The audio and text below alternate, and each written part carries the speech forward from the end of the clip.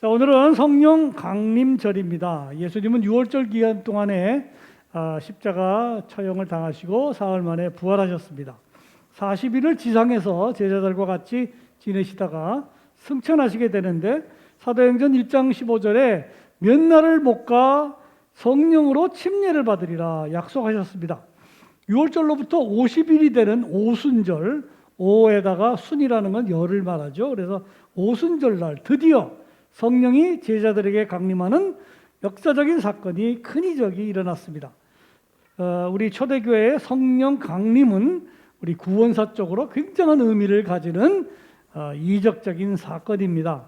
성령 강림은 예수님 부활 이후에 전개될 하나님 나라의 사역의 시작을 알리는 신호탄이었습니다.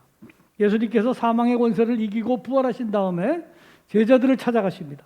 찾아가셔서 평강이 있으라, 너희에게 평강이 있으라 인사하시거든요. 그 다음에 첫 마디가 뭐였는지 혹시 기억하십니까? 요한복음 20장 21절에 나옵니다. 너희에게 평강이 있으라 하신 다음에는 첫 말씀입니다. 아버지께서 나를 보내신 것 같이 나도 너희를 보내노라 였습니다. 하나님의 나라에 대한 복음을 선포하기 위하여 드디어 제자들의 때가 왔다라는 선언이셨습니다. 그리고 덧붙여서 이렇게 말씀하셨습니다. 그 다음 절에 이 말씀을 하시고 그들을 향하여 숨을 내쉬며 이르시되 성령을 받으라 얘기를 하셨어요. 성령을 받으라. 이제 나도 너희들을 보내노니 너희가 성령을 받으라. 예수님이 부활하신 다음에 첫 번째 말씀, 명령이 바로 성령을 받으랍니다. 그리고 예수님이 이 지상에서 40일 동안 계시다가 승천하실 때의 마지막 말씀, 사도행전 1장 8절에 나오는 유명한 말씀이죠. 오직 성령이 너희에게 임하시면 너희가 권능을 받고 예루살렘과 온 유대와 사마리아와 땅끝까지 이르러 내 증인이 되리라. 이 말씀이 예수님 살아생전 지상에서의 마지막 말씀입니다. 성령과 복음 전파는 필요 불가결하게 연결되어 있는 관계입니다. 성령은 복음 전파를 위한 필요 충분 조건입니다. 마태복음의 마지막 구절 우리 잘 알고 있습니다. 그러므로 너희는 가서 모든 민족을 제자로 삼아 아버지와 아들과 성령의 이름으로 침례를 베풀고 내가 너희에게 가르쳐 분부한 모든 것을 지키게 하라 말씀합니다. 오늘 오순절날 다락방에 모였던 120명의 제자들에게 성령께서 이제 강림하셨습니다. 그것은 예수님께서 약속하시고 명령하셨던 두 가지 것. 첫째, 성령을 받으라. 두 번째, 복음 전파하라. 이 두 가지가 이제 공식적으로 시작된 것을 말해주는 사건입니다. 강한 바람 소리처럼 혹은 넘실대는 불의 혀처럼 성령께서 엄청난 힘으로 제자들에게 강림하셨다고 합니다. 사람이 감당할 수 없는, 상상할 수 없는 그런 에너지로 찾아오셨을 거라고 생각이 됩니다. 마치 폭발하듯이 제자들에게 덧입혀진 성령의 힘. 그것은 어떤 의미로는 우주가 처음 생길 때 있었다는 소위 말하는 빅뱅, 대폭발과도 비교할 수 있습니다. 성령 충만하여진 제자들의 입에서는 마치 고압선에 감전된 사람들처럼 갑자기 외국말이 튀어나오기 시작했습니다.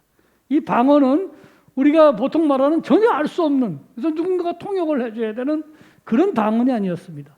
외국 사람들의 말이었어요. 그래서 그 각 지방에서 온 사람들은 이 제자들이 하는 말을 알 수가 있었습니다. 외국말로 하는 방언은 어떤 의미로는 창세기에 나왔던 바벨탑 사건과 비교가 됩니다. 인간의 교만으로 모든 언어가 혼란해지고 그랬던 그 바벨탑 사건 이후에 이제 다시 한번 인간의 언어들이 서로 상호 소통하게 됐다라는 사인을 이 오순절 방언은 우리에게 보여줍니다. 그래서 성령께서는 제자들의 입을 열어서 이렇게 말씀하십니다. 이제 너희가 가서 그 나라 말로 복음을 전하라 하는 말씀의 시작이라고 볼 수 있습니다. 이처럼 제2의 빅뱅, 제2의 바벨탑 사건의 큰 역사적 의미를 가지고 2000년 전 오순절날 성령은 우리에게 강림하셨습니다. 과연 오늘 우리에게 성령 강림은 어떤 의미를 갖고 있는지를 한번 생각해보는 그런 우리 성령 강림 주일입니다. 우리는 오늘을 통해서 또 성령에 대한 말씀으로 더 은혜 받기를 원합니다. 성령은 우리에게 굉장히 친숙한 말입니다. 성령 폭발, 또 성령 충만, 뜨거운 성령, 불같은 성령, 담비 같은 성령. 성령이라는 말씀을 많이 쓰죠. 안녕하세요 성령님, 이런 위주의 책들도 많습니다. 그런데 막상 성령이 과연 어떤 분인가 말을 하려고 시작하면 쉽지가 않은 것 같아요.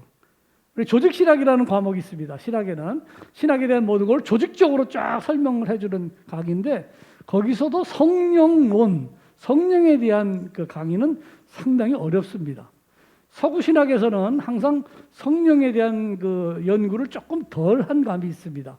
언제나 성부, 성자를 강조하고 성령은 조금 격이 낮은 식으로 취급을 한 적이 있습니다. 그래서 우리나라도 서구신학의 영향을 많이 받았기 때문에 아직까지는 성령론에 대한 강의가 아주 발달됐다고 보기는 조금 힘듭니다. 반면에 동방교회, 러시아 정교회라든가 이런 그리스 정교회 같은 데서는 성령을 굉장히 강조했습니다. 그래서 차이가 있는데, 결국에 1054년 이른바 필리오케 논쟁이라는 게 있습니다. 그리고 아들로부터 이렇게 하는 논쟁이 있는데, 성령이 아버지로부터만 나왔느냐, 아버지와 아들로부터 나왔느냐, 이 필리오케 한 단어 때문에 서방교회하고 동방교회가 갈라지는 그런 역사적 사건도 있었습니다. 이제 최근에는 서양 신학자들도 성령에 대해서 많은 관심을 갖고 있습니다. 한 가지로 더 말씀드린다면, 성령을 말할 때 늘 우리가 알아야 되는 가장 기본적인 단어가 있는데, 그거는 숨, 호흡, 이런 거를 의미하는 바로 요 단어입니다. 히브리어로는 루아흐라고 그러고 히라보로는 푸니마라고 그러는데, 이게 성령이라는 이 모든 뜻의 가장 근본이 됩니다. 창세기 2장 7절에 이런 말씀이 있죠. 여호와 하나님이 땅의 흙으로 사람을 지으시고 생기를 그 코에 불어넣으시니 사람의 생명이 된지라, 이렇게 나오거든요. 곧 우리의 호흡, 숨, 이게 영이라는 그런 이제 말씀입니다. 그래서 성령도 바로 여기에다가 거룩하다는 말을 더 붙여서 루아흐 콰도시 하면은 구약에서 말하는 성령, 또 신약에서는 푸니마 하기오스, 거룩한 숨, 이렇게 됩니다. 흥미로운 것은 우리 침례교의 전신인 동아기독교라고 있습니다. 동아기독교의 최초의 선교사 말콤 페닉이라는 분이 있는데, 그분이 1896년에 오셨나요? 우리나라에.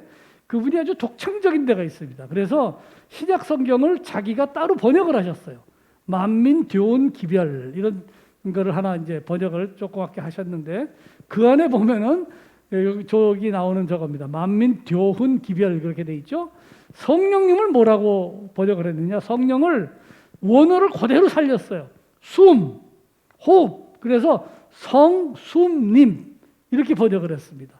그래서 아주 독창적인, 물론 우리가 지금 이렇게 쓰지는 않습니다만, 그래서 가끔 신학교에서 그렇게 농담도 합니다. 만약에 성숨님으로 했더라면 이 나중에 축도하기가 굉장히 힘들었겠다, 그런 식의 얘기도 하곤 합니다. 하여간 이렇게 호흡이라는 단어, 생기, 숨, 그게 바로 성령님의 가장 근원이 됩니다. 구약 성경에 루아흐라는 말은 300번이 넘게 나오지만 사실 성령과 관계되는 용법은 많지 않습니다. 신약에는 378번이 나오는데 그 중에서 270번 정도가 다 성령에 관한 얘기입니다. 그래서 성경에 나오는 모든 구절을 다 모아서 과연 성령이 어떤 분인가 말한다는 것은 결코 쉬운 작업이 아닙니다. 성경의 사역, 성령의 역사만 하더라도 예가 수십 가지가 너무 나옵니다. 그래서 오늘은 그 모든 것을 여러분들에게 말씀드리기는 당연히 힘들고, 가장 집중적으로 한 가지만 말씀드리려고 그래요. 그건 뭐냐? 성령은 하나님의 선물이라는 사실입니다. 성령은 하나님이 주시는 선물이다. 요한 1서 4장 13절에 이렇게 말씀합니다. 그의 성령을 우리에게 주심으로 우리가 그 안에 거하고 그가 우리 안에 거하는 줄을 아느니라. 성령은 하나님의 선물입니다. 오늘 본문에서도 베드로 사도는 분명히 오순절 설교를 통하여 말씀합니다. 누구든지 예수를 그리스도로 받아들이고 침례를 받으면 하나님께서 성령의 선물을 주시리라. 성령은 하나님의 선물인데, 그 선물 되시는 성령께서 우리에게 또 다른 새로운 선물을 주신다는 것을 오늘 본문에 말하고 있습니다. 그것을 오늘 세 가지로 요약해서 한번 살펴보려고 합니다. 과연 성령의 선물은 어떤 것으로 우리에게 약속하시는가? 첫 번째, 성령의 선물은 우리들이 하나님과의 교제를 더 깊게 할 수 있다는 선물입니다. 성령은 우리로 하여금 하나님과 깊은 교제, 예수님에 대한 깊은 사랑으로 우리를 이끄시는 분이다. 하나님과의 교제, 예수님과의 교제는 곧 기도와 묵상을 의미합니다. 기도를 흔히 가리켜서 대화라고 그러잖아요. 이유가 있습니다. 디모데전서 2장 1절에 보면 기도의 네 종류를 말합니다. 처음에는 간구, 간절히 구하는 것. 두 번째는 기도라고 번역을 했고요. 세 번째는 도고, 중보기도입니다. 네 번째는 감사기도. 그 중에 두 번째로 말하는 기도라는 게 바로 대화입니다. 프로슈케라고 그러는데 하나님과 대화하는 거예요. 내가 말씀을 나누고 하나님으로부터 주시는 말씀을 듣고 하는 거. 왜냐? 사람이 인격 대 인격으로 만난다는 건 곧 대화를 말합니다. 하나님께서 우리에게 특별한 영을 주셨는데 그게 바로 우리가 말을 통하여 하나님과 대화할 수 있는 능력입니다. 연애를 하면, 사랑을 하면은 대화를 하게 됩니다. 말이 많아지게 돼요. 그래서 말을 못하는 분이라도 수화로서 얼마나 자기의 사랑을 많이 깊게 표현하는지 모릅니다. 흔히 농담하기를 경상도 남자들이 무뚝뚝하다고 그러죠. 경상도 남자들도 연애를 하고 사랑에 빠지면 말이 많아집니다. 한번 예를 들어보려면 얼마든지 들을 수 있을 거예요. 경상도 남자들이 무뚝뚝함에 대해서는 뭐 여러 가지 전설적인 얘기도 많습니다. 둘이서 신혼여행을 갔는데 옆에 있는 서울 부부가 막 나 잡아봐라 하는 거 보고 보소 나도 한번 잡아보이소 했다가 잡으면 죽이 삔다 하고 갔다는 뭐 그런 얘기도 있죠. 예, 많이 있을 것 같아요. 그런 것들이. 또 그 옆에 있는 부부, 서울 부부가 꽃을 따다 주니까 보소 나도 꽃 좀 따 주이소. 그러니까 지게 니꺼 뭐 이렇다는 말도 있고요. 또 옆에 있는 사람이 여름이 됐다고 망사 지갑을 하나 사달라 그랬더니 경상도 남편이 그럽니다. 왜 니는 돈이 덥닥하더나 그랬다고 그러고. 제일 웃기는 게 그런 게 하나 있었던 것 같아요. 실제로 있었다는 얘기인 것 같은데 KBS에서 그런 걸 한번 방영했답니다. 경상도 할아버지하고 할머니가 나와서 뭐 이렇게 얘기를 하다가 할아버지 할머니한테 사랑한다고 한번 말씀해 보세요. 너무 쑥스러운 거예요. 다른 사람들이 그게 재밌어서 사랑해 하면서 사랑한다고 말을 하니까 할아버지가 참다가 했던 말씀이 이거라고 그럽니다. 지도 알기다 그랬다고 그래요. 그 정도로 무뚝뚝하게 경상도 남자라고 그럽니다만 우리 여기도 보니까 경상도 분들 많은 것 같아요. 많이 달라졌겠죠? 경상도 사람도 사랑에 빠지면 얘기가 많아진다는 거예요. 대화입니다. 기도는. 하나님과의 사랑에 빠지면은 우리는 하나님에 대한 그 말씀 나누고 하나님을 알고 싶은 것을 주체할 수가 없습니다. 성령이 임하시면은 하나님과 예수님과 우리는 더 사랑에 빠지게 되고 더 많이 알고 싶어 하고 더 많이 같은 시간을 나누기를 원하게 됩니다. 그래서 초대교회 성도들, 초대교회 제자들 여기 기록된 대로 하나님과 사랑에 빠졌어요. 하나님과의 대화에 빠졌습니다. 성경에 보면 사도행전에 보면은 오로지 기도에 힘쓰니라 하는 이 구절이 사도행전에 3번이나 나옵니다. 1장 14절, 그 다음에 우리가 오늘 읽은 2장 42절, 또 6장 3절에 제자들은 오로지 기도와 대화에 힘썼더라. 하나님을 알기를 원했다는 거예요. 성령은 우리의 마음을 알고 계시고 우리에게 은혜를 더하시기 원하는 보혜사 성령이라고 합니다. 여러분들 보혜사라는 말이 한자로 어떻게 되는지 아세요? 그래서 저도 궁금해졌습니다. 보혜사 늘 그러는데 찾아봤더니 여러분들 그 주보에 제가 오늘은 한자를 좀 많이 넣어놨습니다. 여러 가지 중요한 말들인 것 같아서 보호하시는 은혜를 가지신 성령님이다 그럽니다. 파레클레트. 성령은 우리의 심령 속에 강림하셔서 우리의 위로자가 되시기 원하고 상담자가 되시기 원하고 우리의 친구가 되신다고 최근 영어 번역본은 그렇게 표현합니다. 우리의 마음을 잘 아시는 성령님이기 때문에 그 성령께서는 또한 하나님의 마음도 잘 알고 계셔서 우리의 마음과 하나님의 마음을 이어줄 수 있는 우리의 사랑과 하나님의 사랑을 서로 전달시켜 줄 수 있는 분이 바로 성령이다 말씀합니다. 고린도전서 2장 10절의 말씀 성령은 모든 것 곧 하나님의 기쁜 것까지도 통달하시느니라.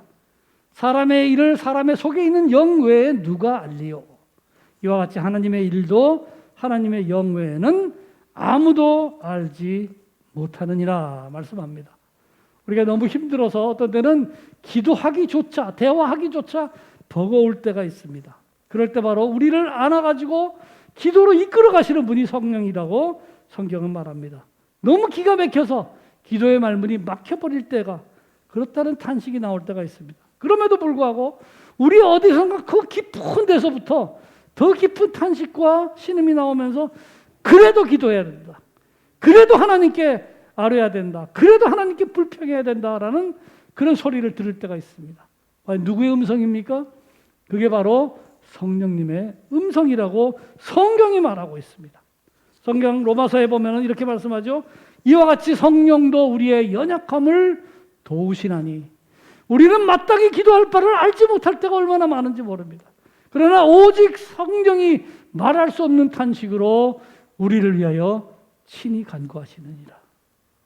우리를 위하여 친히 간구하시느니라.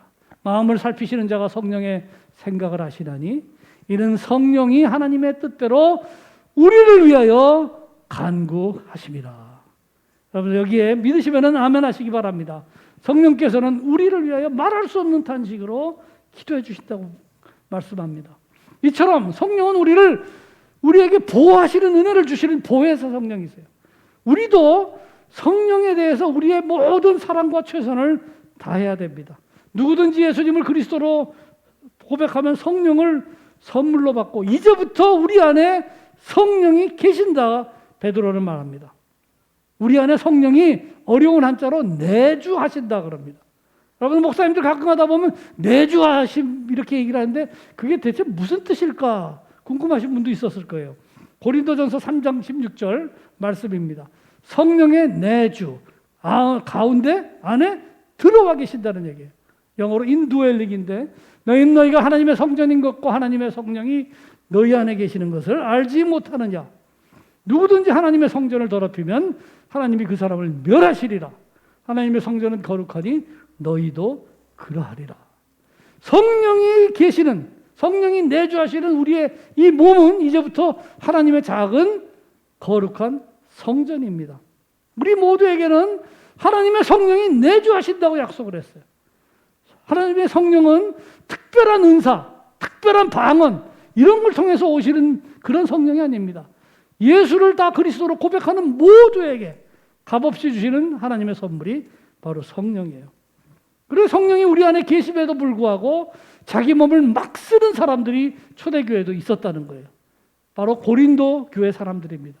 바울은 고린도 교회 사람들 통해서 향해서 얼마나 안타까운 마음으로 질책을 던지는지 모릅니다. 고린도 전서 6장 말씀, 너희 몸은 너희가 하나님으로부터 받은 바 너희 가운데 계신 성령의 전인 줄 알지 못하였느냐. 너희는 너희 자신의 것이 아니라 값으로 산 것이 되었으니 그런즉 너희 몸으로 하나님께 영광을 돌리라 말씀합니다. 여러분들 우리 몸은 하나님의 작은 성전이고 바로 성령이 거주하시는, 내주하시는 하나님의 성전입니다. 하나님과 깊은 교제와 기도를 더욱 즐길 수 있고 우리의 성전을 더욱더 거룩하게 갖고 나가시는 우리 모두가 되기를 주님의 이름으로 축복합니다. 성령은 우리에게 기도와 묵상과 성경 말씀을 통하여 하나님을 더 알게 하시고 예수님을 더 사랑하게 만드시는 분이에요. 그게 첫째 선물입니다. 두 번째 선물은 더 나아가서 성령은 우리로 하여금 이제 성도님들과의 교제를 더욱더 증진시켜 주시고 성도님들에 대한 신실한 교제를 선물로 주시는 분이에요. 사도행전이 전하고 있는 초대교회의 생생한 모습을 읽어보면 성령이 얼마나 교회가 만들어질 때와 신도들의 생활에 큰 역할을 하신지를 알 수가 있습니다. 성령이라는 단어가 제일 많이 등장하는 성경이 바로 사도행전입니다. 로마서에 26번이 나오고 고린도전서에 22번, 둘째, 셋째예요. 근데 사도행전은 이 두 개를 합한 것보다 더 많은 56번이나 성령이라는 단어가 나옵니다. 그래서 사도행전은 사실은 성령행전입니다. 그만큼 성령의 역사, 성령의 권능을 아주 잘 말씀하고 있습니다. 우리가 흔히 쓰는 말 중에 성령 충만이라는 말이 있습니다. 우리 집사님들도 늘 기도하실 때마다 성령 충만케 해주시고 이렇게 기도하시잖아요. 성령 충만이 뭔지를 정말 조직적으로 설명한다는 건 쉽지는 않을 것 같습니다. 오늘 여기서는 사도행전의 성령 충만이 어떻게 쓰여졌는지를 보면서 과연 어떻게 나타나는 게 성령 충만인가 하는 예를 좀 보려고 합니다. 먼저 2장 4절입니다. 그들이 다 성령의 충만함을 받고 성령이 말하게 하심을 따라 다른 언어들로 말하기를 시작하더라. 아까 말씀한 것처럼 성령 충만한 사람들은 이제 언어를 뛰어넘기 시작했습니다. 분열됐고 찢어졌던 언어가 화합되는 역사가 일어납니다. 6장 3절 7 집사를 뽑을 때 너희 가운데 성령과 지혜가 충만하여 칭찬받는 사람 7을 택하라. 우리는 오로지 기도하는 일과 말씀 사역에 힘쓰리라. 성령 충만한 집사 7명이 뽑혔는데 예루살렘 교회가 얼마나 기뻐했는지 모른다고 성경은 말합니다. 그리고 예루살렘 교회가 커지기 시작했어요. 나날이 팽창하고 증가하였다 말합니다. 7장 55절에는 7 집사 가운데 하나인 스데반이 성령 충만하여 이제 하늘을 보니까 하나님이 계시고 예수께서 계신 걸 보면서 천사의 얼굴이 되었다 그럽니다. 천사의 얼굴. 그리고 자기가 돌을 맞아서 죽어가는 광경에서도 주여 저들의 죄를 그들에게 돌리지 마옵소서 하는 정말로 아가페의 사랑을 증거하는 신앙의 거인이었던 것을 볼 수 있습니다.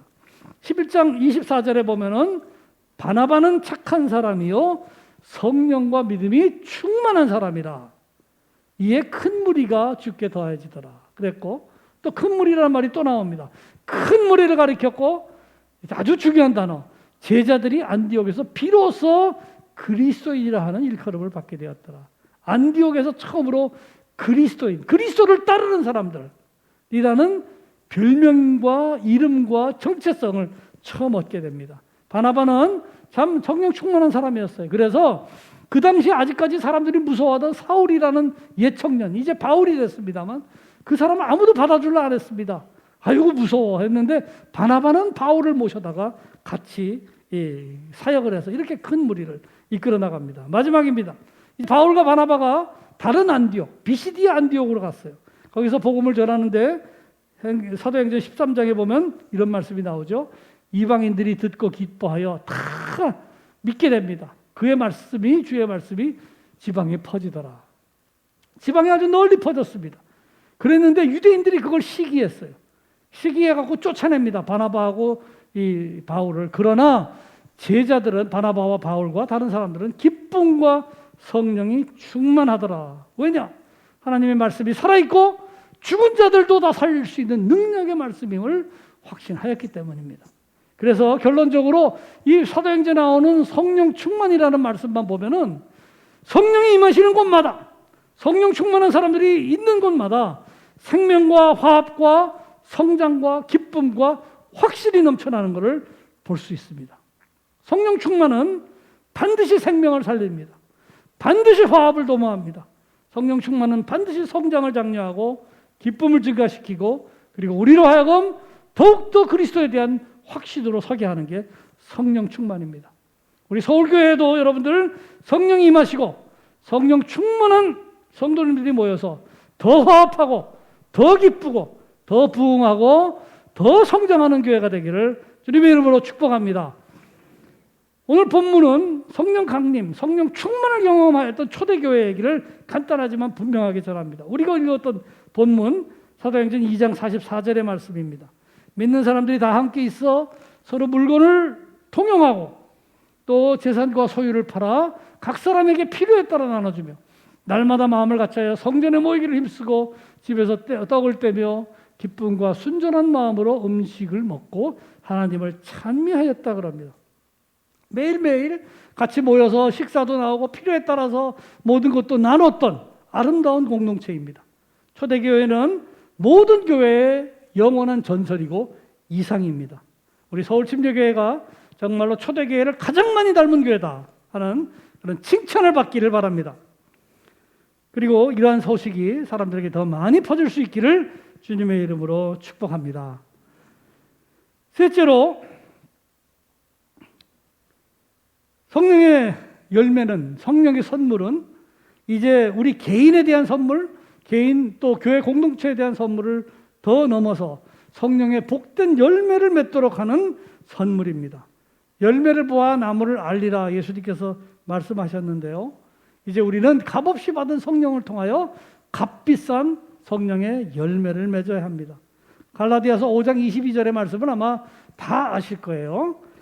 사랑, 희락, 화평, 오래 참음, 자비, 양선, 충성, 온유와 절제니 이 같은 것을 금지할 법이 없느니라. 9개의 귀한 열매입니다. 10년 전에 딱 한 10년 됐을 것 같습니다. 제가 이 자리에서 이 성령의 열매를 제목으로 설교를 했습니다. 근데 제목을 좀 이상하게 붙였어요. 앞에 있는 글자들을 따갖고 사희와 오자양, 충원절 이렇게 붙여서 많은 분들이 좀 의아해했던 적이 있는데 가만 보니까 아직도 적지 않은 분들이 제목을 기억하시는 것 같아요. 그래서 제목만은 성공했다 이렇게 생각을 하고 있습니다. 근데 이 9가지 열매 어느 하나도 참 정말 귀하지 않은 게 없습니다. 우리 모든 성도님들이 이런 열매를 맺는다고 생각해 보면 나 자신부터 생각해서 얼마나 감격스럽고 뿌듯한지 모릅니다. 모든 성도님들이 이런 열매를 갖고 있다면 교회는 얼마나 아름답고 우리 서울교회는 빛날까. 또 우리 한국에 있는 모든 기독교인들이 제대로 된 성령의 열매를 맺을 수만 있다면 우리 사회는 과연 얼마나 아름답고 얼마나 귀할까 생각이 됩니다.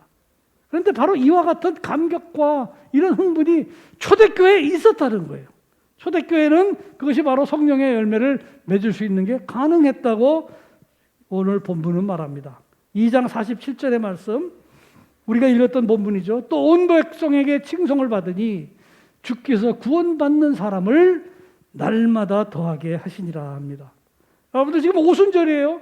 불과 50일 전에 60일 전에 어떤 일이 일어나는지 아십니까? 예루살렘에는 수많은 사람들이 메시아를 따라다니던 사람들을 예수님을 메시아라고 따라다니던 그 사람들을 전부 다 없애버리려고 그러고 예수 청년을 십자가 극형에 처하도록 했습니다. 또 죄 없는 예수님 대신에 흉악범 바라바를 우리에게 주소서 하면서 외쳤던 무지한 군중들이었어요. 예수의 제자들 갈릴리 당 그러면서 어떻게든지 다 잡아놓으려고 제사장의 하녀까지도 베드로를 지목해갖고 저 사람이 예수의 제자다 그랬던 사람들입니다. 또 예수의 부활을 증거라도 하면은 모두 감옥소에 집어넣겠다고 혈안이 됐던 유대교 지도자들이 불과 2달 전의 일입니다. 그런데 이제 사람들이 달라지기 시작했습니다. 예수님 제자를 보는 눈이 모두 변하기 시작했습니다. 오늘 성경 말씀처럼 제자들이 온 백성에게 칭송을 받기 시작했습니다. 유대인들이 십자가 예수님을 갑자기 믿기 시작했을까요? 아니면 예수님의 부활의 권세에 자기네들이 굴복했기 때문일까요? 물론 유대인들의 제자들의 숫자는 늘어나고 있습니다. 그러나 온 백성의 칭송을 받았다는 것은 분명히 이 사람들의 신앙의 고백 문제는 아니었을 겁니다. 대신에 제자들의 행실과 그 모습을 보면서 감탄했기 때문에 그랬을 거예요.